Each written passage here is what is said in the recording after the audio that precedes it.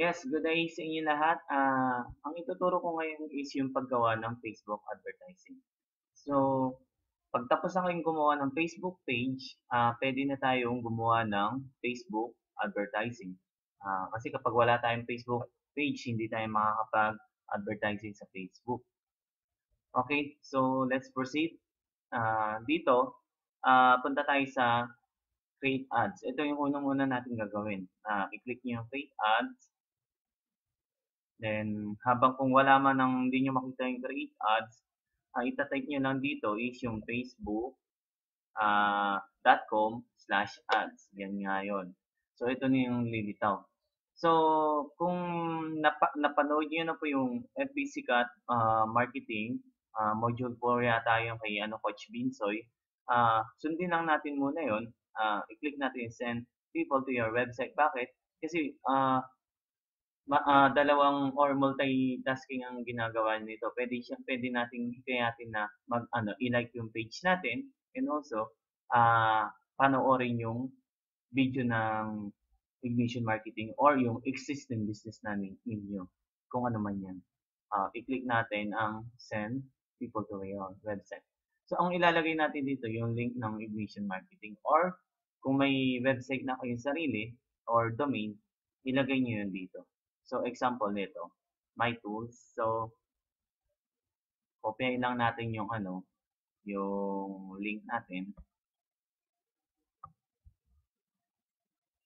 Then, paste.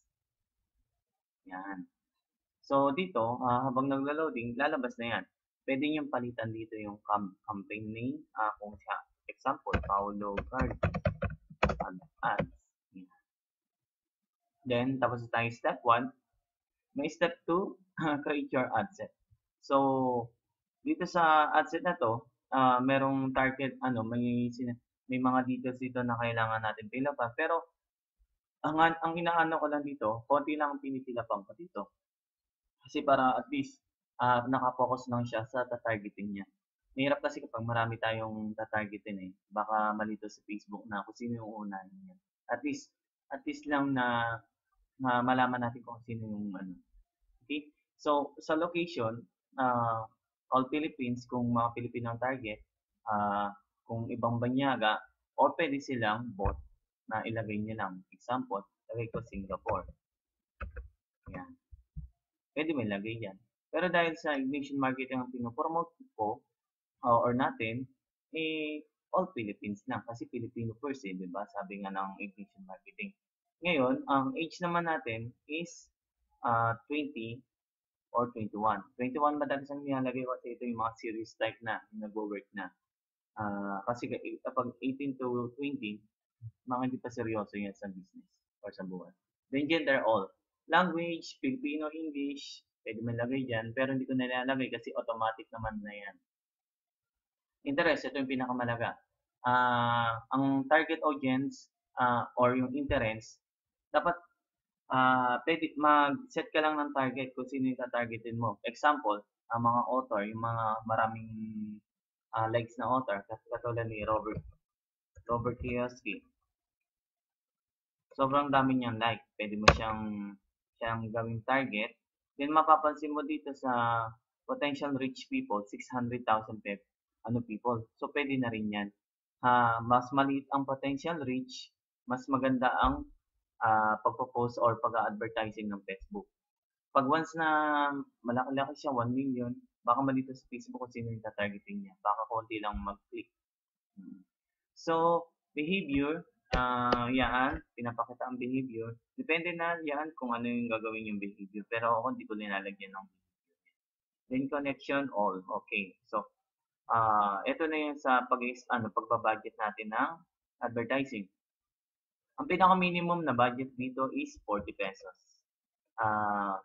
Pag once na ako gumagawa ng advertising, gumagawa ako ng tatlong Facebook advertising. Ito yung tatlo. Ito yung kumbaga gumagawa mo na ng testing within 2 to 3 days. Tapos inoobserbahan ko siya kung maraming clicks. Makikita niyo yon sa mamaya kung magkakaroon ng pa ng time, ipakita ko siya. Depende kasi sa clicks. Kapag maraming clicks, pwede mo siya i-continue dahil ibig sabihin maraming interesado sa ads na yun. Kapag wala naman, huwag nyo na ituloy. Ah, Set another advertising or pwede na kayo mag-focus doon. Okay? So, schedule. Pwede yung schedule unlimited kung may budget mo everyday. Then, pwede yung set starts and end date or yung may cut-off. Okay?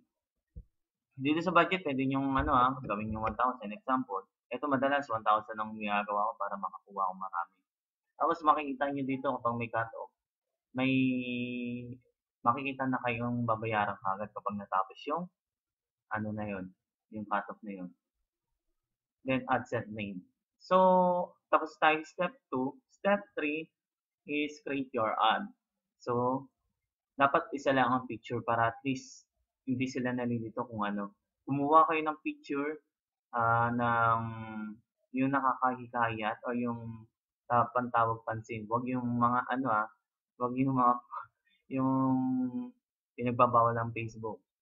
Okay? Basta ganito. Ito, example ko. Madalas inaano ko si Edward Formina, yung ating founder or coach ng lahat.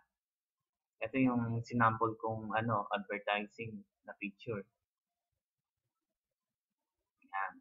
So mag-a-appear siya dito sa what text and next do you want to use. So yan. Dito yan mag-a-appear. Then ito yung sinasabi ko sa inyo. Pag wala kayong Facebook page, hindi nyo magagamit yung advertising nyo kasi kailangan nyo mag-create required ang Facebook page sa advertising. Then headline. Ito baguhin nyo lang. Headline kung pang tawag pansin din or bigyan nyo yung target ninyo ng curiosity sa sarili nila. Yung text message, pwede nyo i-copy yung iba. Basta okay. Ako dito nilalagay ko lang something is sick and tired of your salary. Then, ang call to action, learn learn more. Then, show advance, lagyan nyo rin ng, kung gusto nyo lagyan ng body content, lagyan nyo lang. Dito naman sa ad preview placement, ako madalas lang inaano ko ang desktop. Desktop lang. Kasi mas maraming gumagamit ng laptop kaysa sa cellphone. Pero kayo, kung gusto niyo ng cellphone, pwede rin, i-add nyo lang to. That's all. Yun lang yung Facebook advertising. Then, pwede na, after that one, pwede natin reviewin yan. I-click na review. Ito, ad name, audience. Pwede nyo palitan yung ad name, audience, kung okay na sa inyo yan. Then, click the place order. Pag once click nyo ng place order, lalabas na si tawag dito, kung tawag dito, nakapagawa na kayo ng payment method, lalabas na yun, yung kailangan may debit card kayo. Yung debit na card na to, yung may Mastercard. Yan. Kailangan may Mastercard or Visa card. Para at least magkaroon kayo ng payment term. Or kung wala man, PayPal, meron din. Dapat meron nyo or may credit card kayo. Dapat ganun. So, then, continue ko lang to. So, ito na yun. Sinasabi ko sa inyo na dapat ito yung pagiging basihan ninyo kung magkakaroon tayo ng testing advertising. Pansinin nyo lang to. Yung result, yung website click, cost, page, frequency, clicks, click-through rate. Ito lang yung mga papansinin nyo. Pag maraming website click at malaki ang potential, ang rate na re-reach niya, mas maganda. Kung malaki na mga reach at konti lang yung nagkiklik, pwede na din. Mas worse kung wala namang masyadong konti yung na-reach tapos wala namang nagkiklik. Tigil nyo na yung yung Facebook ads na yan. Gumawa kayong panibago. Yan. Pwede nyo i-monitor dito sa ad. May lalabas naman sa Facebook ninyo na ads manager. Ito yan.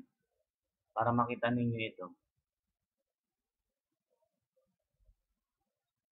Para makita nyo na ito. So, that's all. Ayun lang yung paggawa ng Facebook advertising. Kung may mga katanungan tayo, puwede niyo akong i-PM, ha? Mga, mga ka-affiliate ko, ka-group ko, i-PM niyo lang po ako para at least ma-guide ko kayo. That's all. Ah, Bye. Salamat.